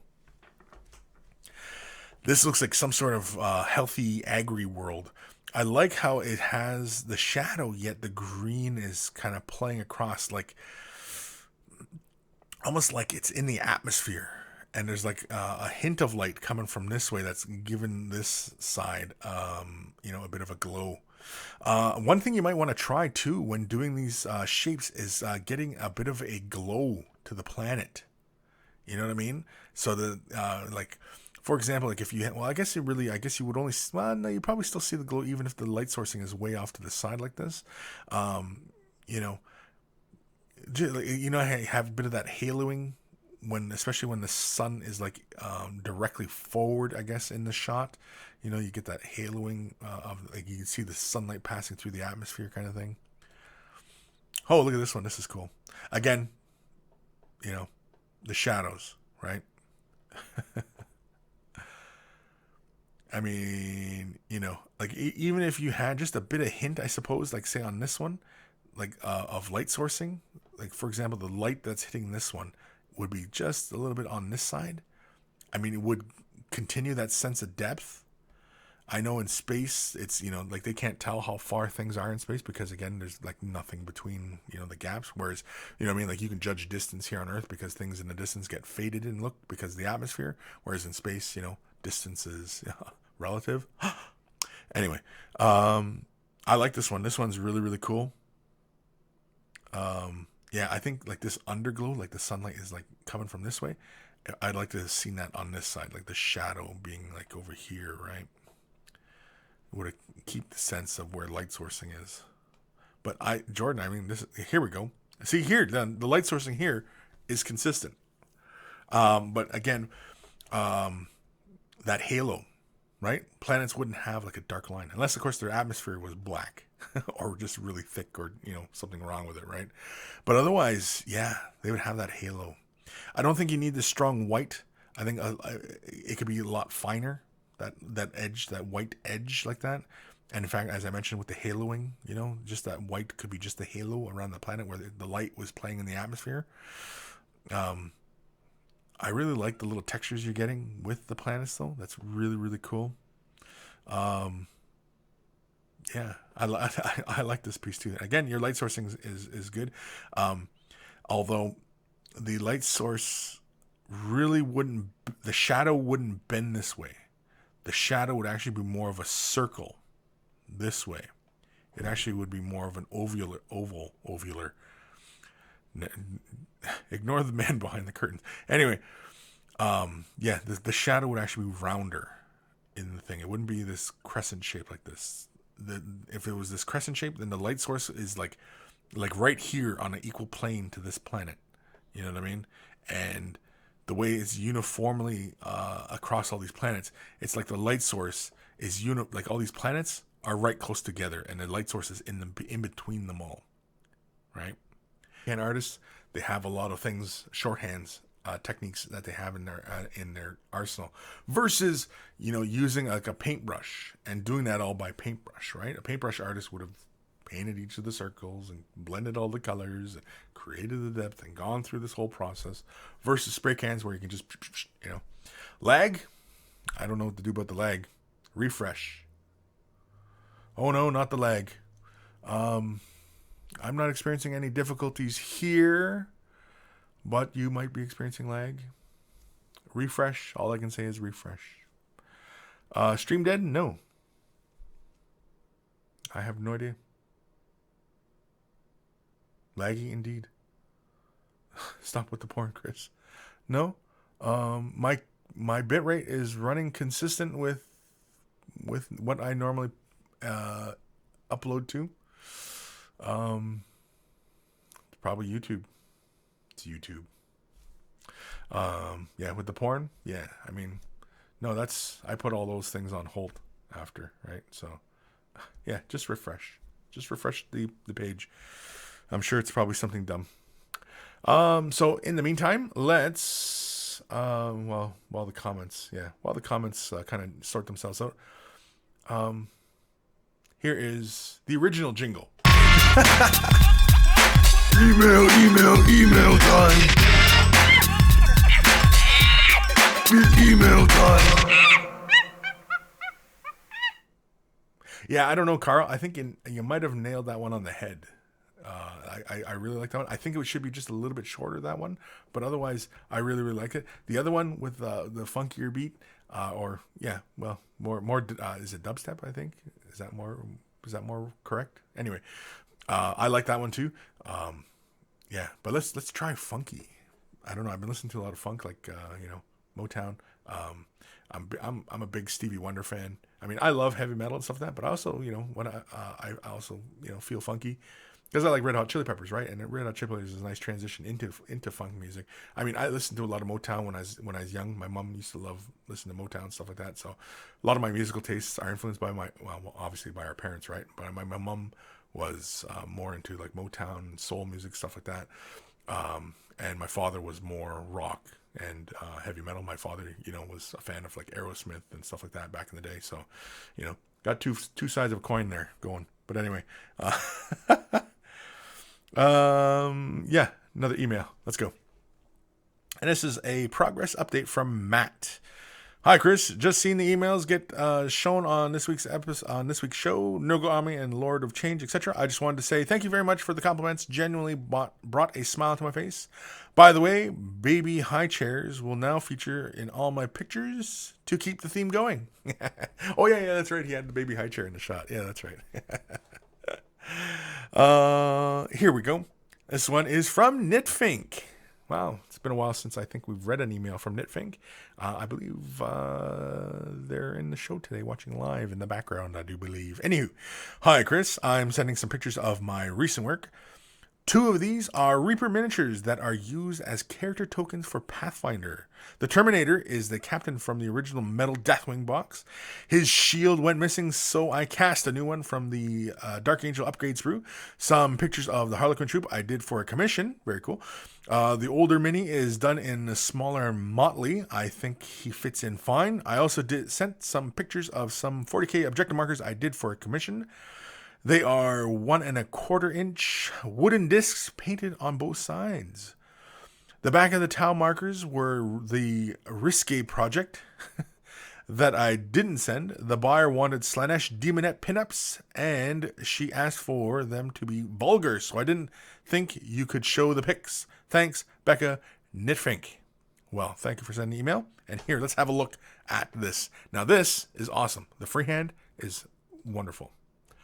The transition in the cloak, very nice. It looks, it's like layered, or yeah, I think that's layered, or maybe it's blended, wet blended. Either way, the freehanding is awesome. I like the effect on the sword, going for that non-metallic metal feeling. Very cool. The freehanding is awesome on this. I like the symbol too. The symbol's kind of cool. It's like this kind of angelic kind of thing going on. Here we go. Like the colors. Again, the wonderful icy blue with the orange and the yellow. Keeps it kind of playful without being, like, this is a good example of complementary colors. Whereas you have this really kind of darker blue with the lighter blue going to the, pushing up to more of a desaturated blue, right? But you have this really saturated yellow with the orange obviously playing with the blue, the darker blue elements, I should say, with the lighter blue kind of playing around with the darker elements like the gloves, the helmet, the boots, very cool. It's a nice lively miniature. And again, it goes back to my point about how we paint miniatures differently than scale modelers, right? Scale modelers would not paint a model like this, like a World War II model. They would not paint it like this. They'd paint it in realistic, boring old tones.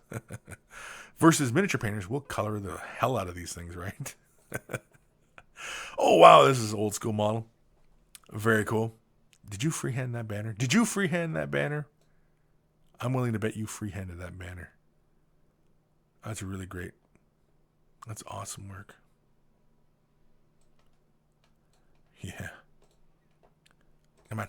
Say. Oh, I like it when the computer cooperates. There we go.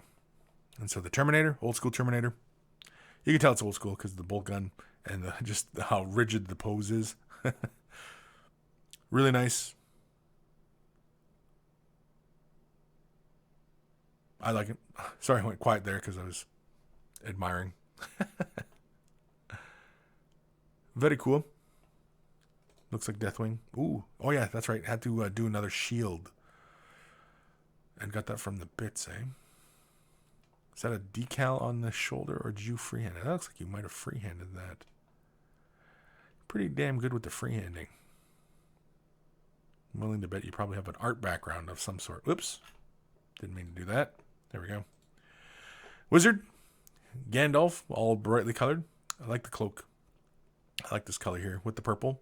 Has that hints of yellows in there. Plays really nicely with the purple. The red and blue, wonderful together. Yellow and red, obviously very nice. Red and purple goes together. Blue and purple work together nicely. Again, it's a nice color scheme. Nice and friendly. It keeps the model very light feeling. Obviously, like when you look at a model like this, you think, okay, well, he must be a good guy, right? And, that's very cool. I was kind of half expecting to see some writing on this scroll. Or is the writing on the other side of the scroll? I mean, with such awesome freehand, Knitfink, I mean, I was just assuming. Oh, shit. Here we go. Look at this. Starry Night by Van Gogh. That's really cool. That's very nice. And, of course, Knitfink doesn't disappoint with the freehanding. Impressive stuff. This is just wonderful. Very impressive. Here we go, some Harlequins. More impressive freehanding. The diamonds, they're nice and even spaced. I'm sorry, I'm just checking out the diamonds. Like along the arm here. Just nice and consistent thickness. Very impressive. I like the color scheme too. It's fun. Again, you're pushing that yellow, but you're not pushing it all the way to a yellow. It's very golden orange, golden yellow kind of thing, right? It's not to be just overtly complimentary for the sake of complimentary. It's very nice. The highlights are yellow, aren't they? Or yellowish. Yeah. Very cool. Oh, I like the blend here on the cloak on the inside of the... Does this model have a coat, or is this the model? No, that's this model. Are all the coats done like that? Or it's the cloths? Either way. I really like that. That's very cool. I like the purple. Like I like this, the way these are done. I like that you kept the masks white too. You give her a nice focal point to the model. I like that, you went with this darker purple. You gave it just a very, for lack of a better term, a very simple edge highlight. You come in with this really great complex pattern and then give this nice blend. And, it's three different things going on. I like. It was very, very cool. It's very, very fun. Oh, the bases. What'd you do for the bases? Is that just green stuff and then put a pattern in? Is that what that is? Either way. Very, very cool. Awesome stuff. Oh, yeah, look at this. Oh, man.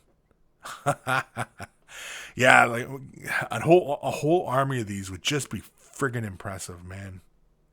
This is awesome. I really like the transition. That's very, very cool. So striking right from here, right?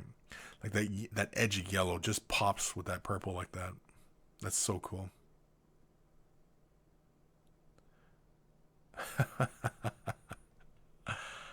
That's very, very cool. I'm really taken with these. These are really awesome. And again, your freehanding is on the diamonds is really cool. Oh yeah, look at this old school solitaire. Gem is really nice. Again with the really solid freehanding. Damn. That's really, really cool.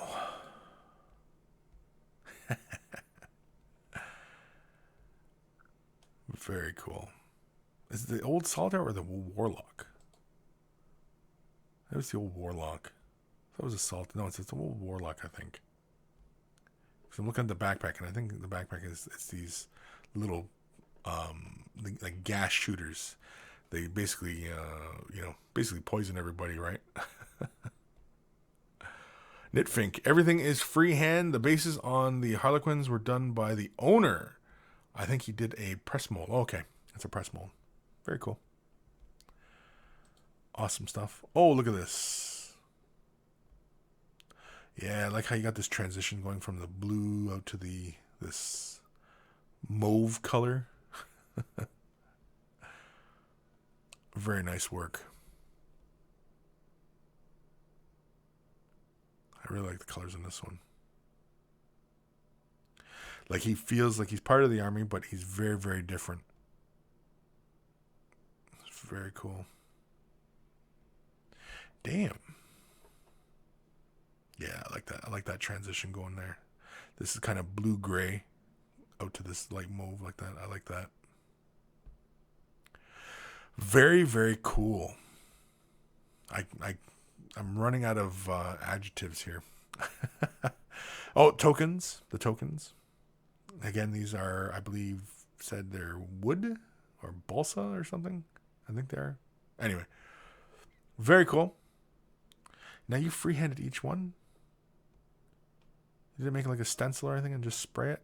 You freehanded each one. Jeez, Louise, how do you maintain consistency? How do you find the best way? Here's some advice. Okay, I'd like to hear your take on this, Knitfink. And you can write this down in the comments, of course. How do you maintain consistency across freehanding things like this? Because me personally, I find it very difficult to maintain consistency. It's not extremely difficult. It's just, it's very time consuming. And I mean, I lose interest. By the time I'd get to the third one, I'd lose interest. And I just would want to try and figure out a faster way of getting these things done. Like, because I mean, it's obviously not working from a stencil because I'm looking at the hydras here and like they're somewhat different each way. And I'm looking at the Dark Angel symbols here and like the sword is a little bit different each time.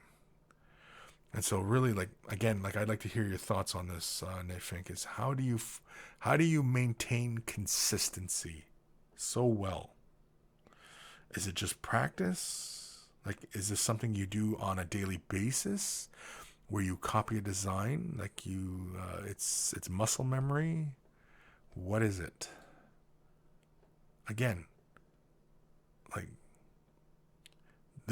because I can tell you drew each one each time you did one because they're slightly different each time I look at them. Yeah. Like it's not just like laying an outline and then filling it in differently. It was free-handed each time because like I look at the top and it's not exactly the same distance It's pretty darn close, but it's not exactly the same. So again, I'm curious, Nitfink. You gotta fill me in on this. Lane the Sandwich Destroyer at Nitfink. Excellent work. Looks great. Makes me want to work on my Harlequins. I'm a long way out from working on them projects. Oh, man. Yeah.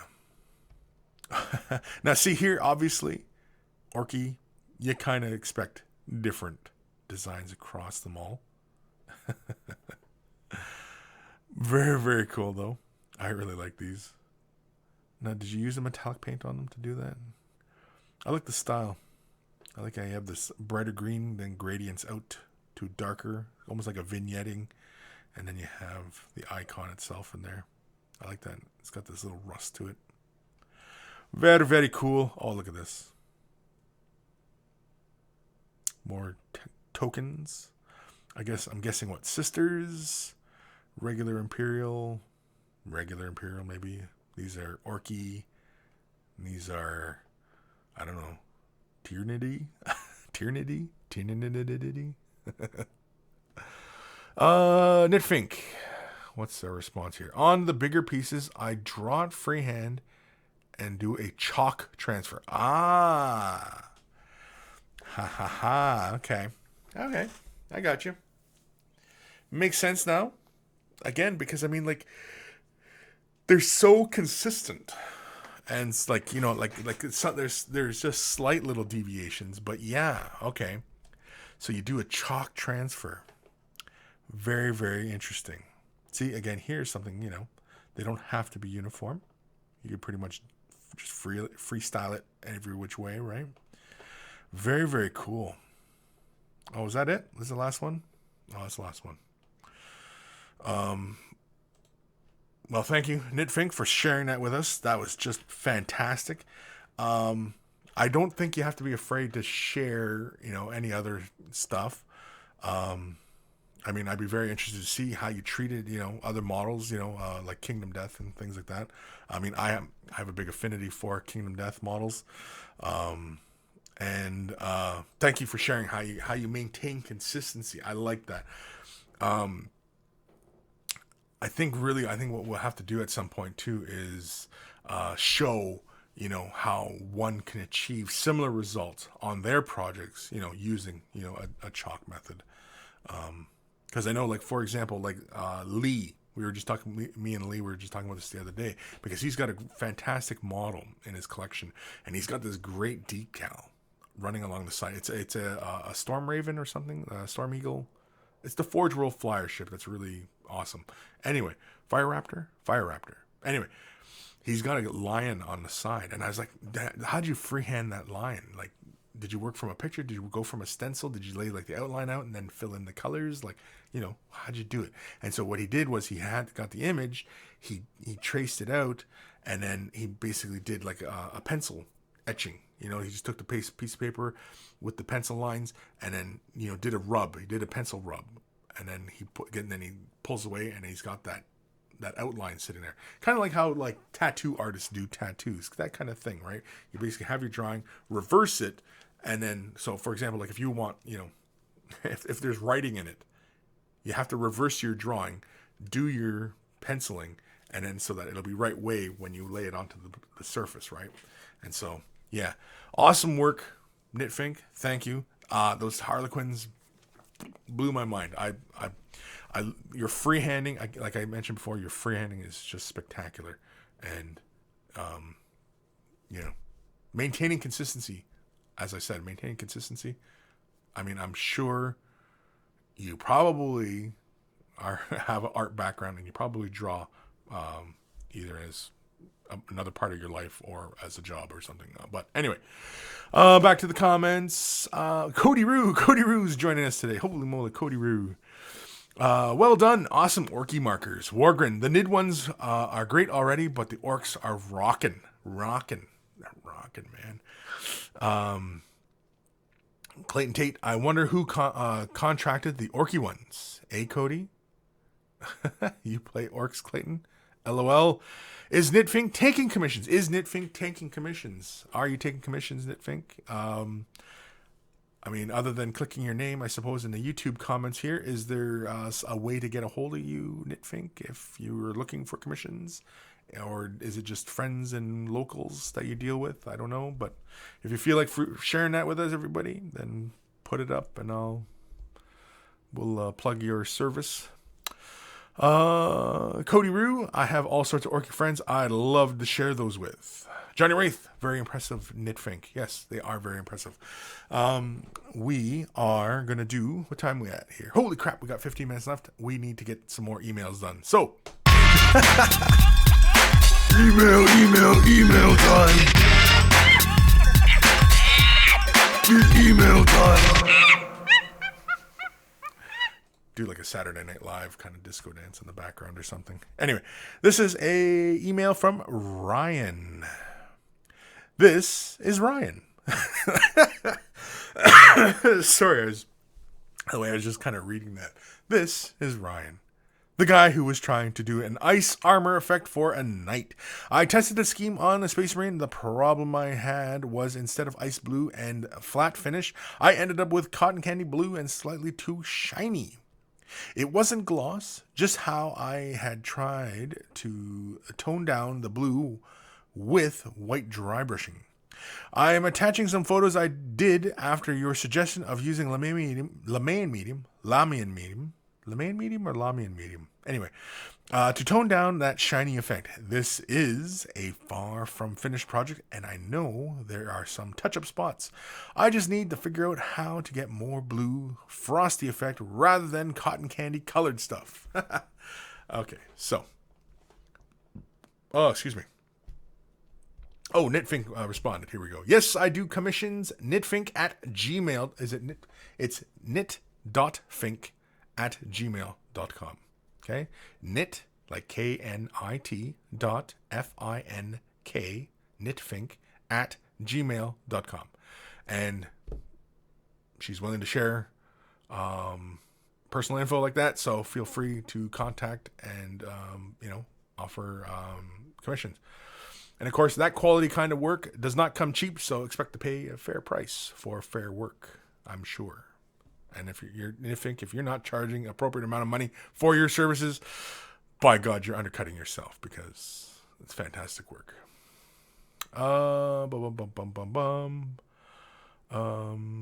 Cody Rue, good Lord, I've been away from this show too long. What was that?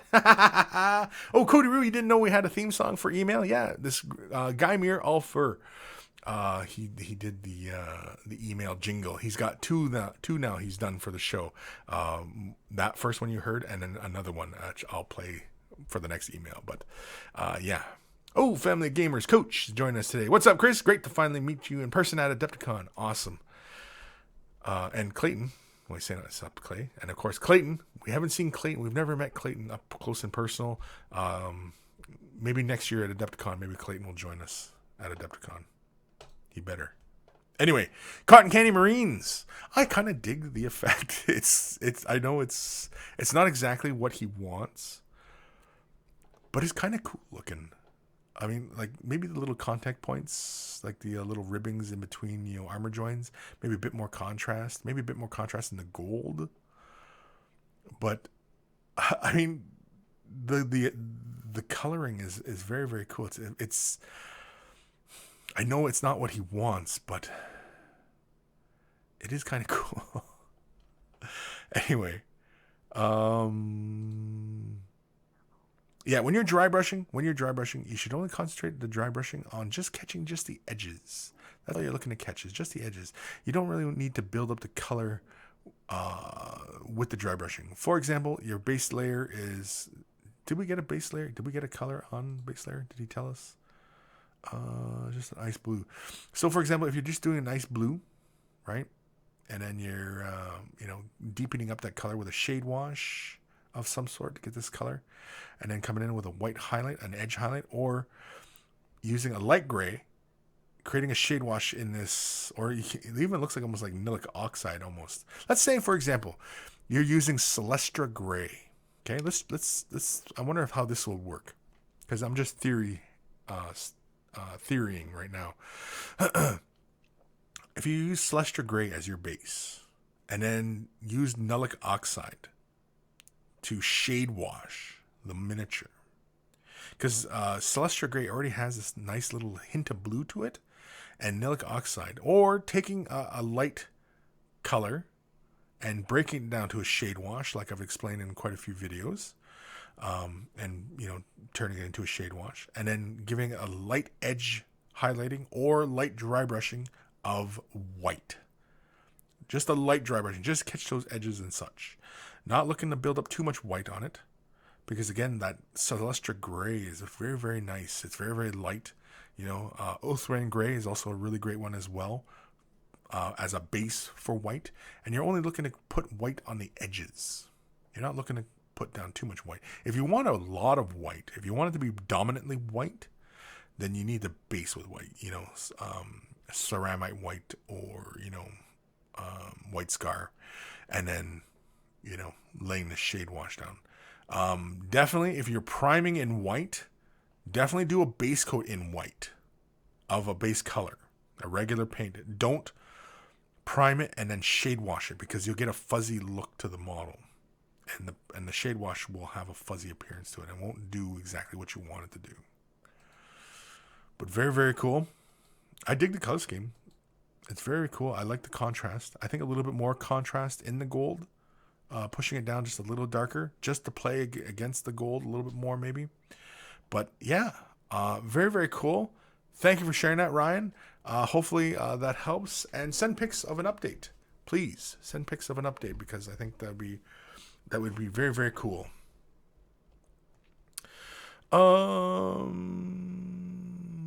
Say what? Clayton Tate, a moment of silence for when Jigs killed the Terminator with a Termagant, the Power Gamer.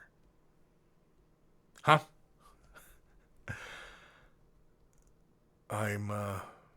Jigs is looking down at us from doggy heaven. Oh, I guess Clayton lost his dog. Sorry, Clayton. Moment of silence for poor old Clayton dog. Okay. Dr. Santos, I heard that the club member had his Dark Angel Terminator squad killed by an IG squad on Overwatch. A Dark Angel Terminator squad killed by an Imperial Guard squad on Overwatch. Could happen, man. Yeah, I mean, I've seen it. 4 1s come up, 5 1s. Seen it happen. It's not outside the realm of impossibility. Cody Rue, whenever I bring grots, I will always try to kill the enemy HQ with grot blasters. Just to, add insult to injury kind of thing, right? I'm sure. Drogthrin. Haro. Never caught one of these live before. Well, welcome, Drogothurin. Anyway. Johnny Wraith. My soul grinders and mauler fiends used to consistently get blown up in Overwatch. I feel his pain. Yeah, well, you know what? It happens, man. It happens. Sometimes, like the best laid plans of mice and men. What time are we at here? 1:53. Yes, let's do another email, because I get to play this really great jingle for... yeah, I did that email. Sorry, I'm just getting my email ready here. Did that one. Did this one. Gonna do this one. Here we go. Okay, so, jingle time. Here we go, Cody Roo. This is the second jingle that Guymere Ulfer, a.k.a. Carl, has done.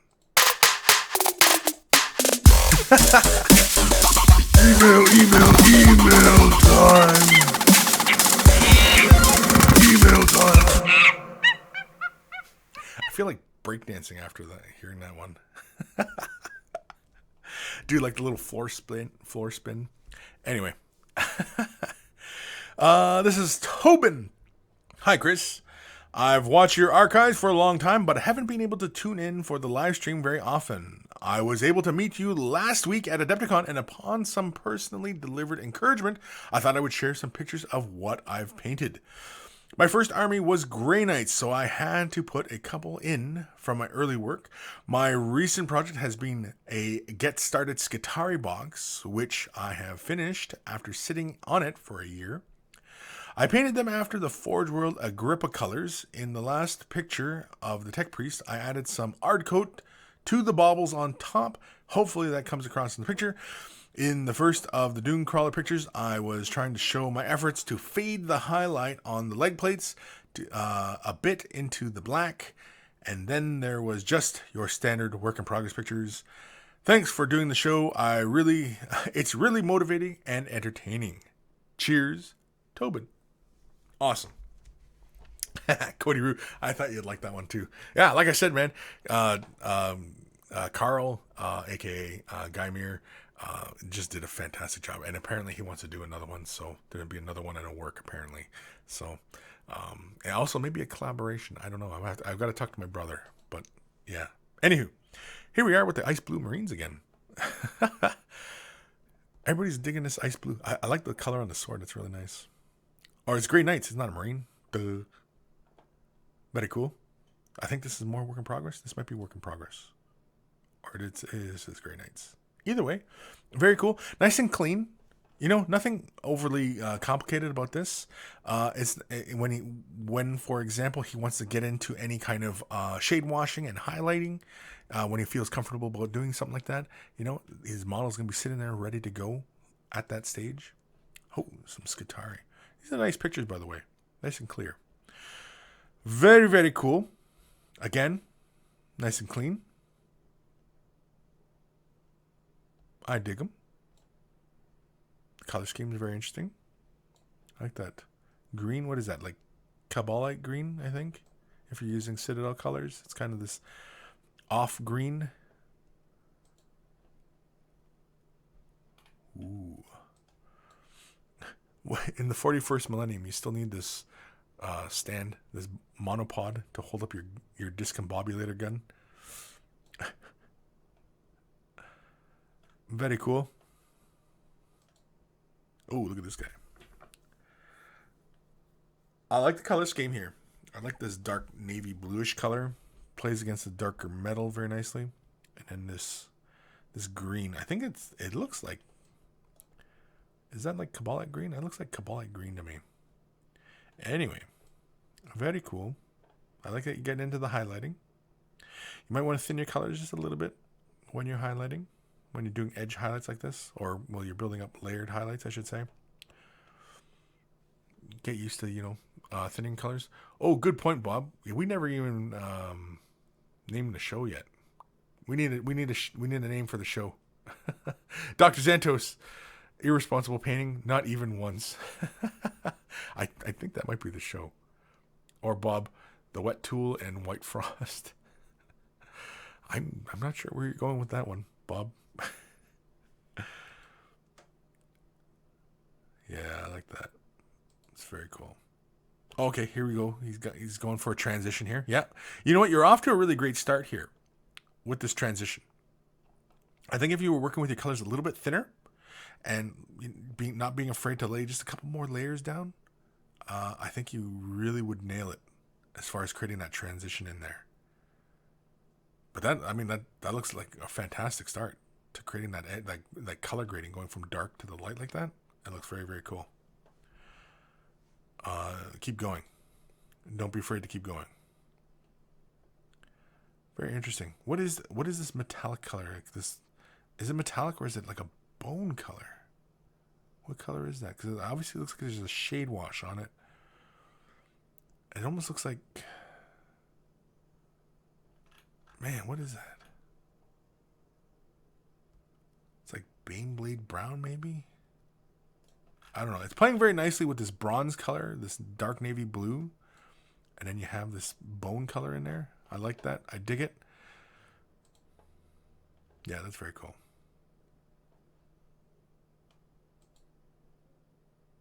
Very cool. Nice glow effect in there. What'd you do? Just took a white and then put a blue glaze in there? Is that what I'm seeing in there? Very good job. It's got a nice glow. It looks, it's brighter up on top, and then you have this darker, heavier pigment on the bottom. Very cool. Oh, was that it? Oh, that was it. Okay. That was it. That was it for the email. Very cool color scheme. I like it. I think your painting is quite nice and neat. Those gray nights, very, very neat. The Skitari, very cool. I like that, you're getting into your highlighting. I think you should thin your paints just a little bit more so you can get a little bit more. Not so thin that it's like glazing. Although if you want to try glazing, give it a shot. Larger surfaces like on the vehicles and stuff that are good practice for and good introduction into blending and glazing and things like that. Trying out different techniques really on larger scale models is a good practice thing. Then, you just mentally scale that technique down to like a smaller surface, right? Use smaller brushes, use, thinner paints, stuff like that, right? You scale the information. Okay, yeah, so we need a name for the show. What, episode 153, fill in gaps with a wet tool.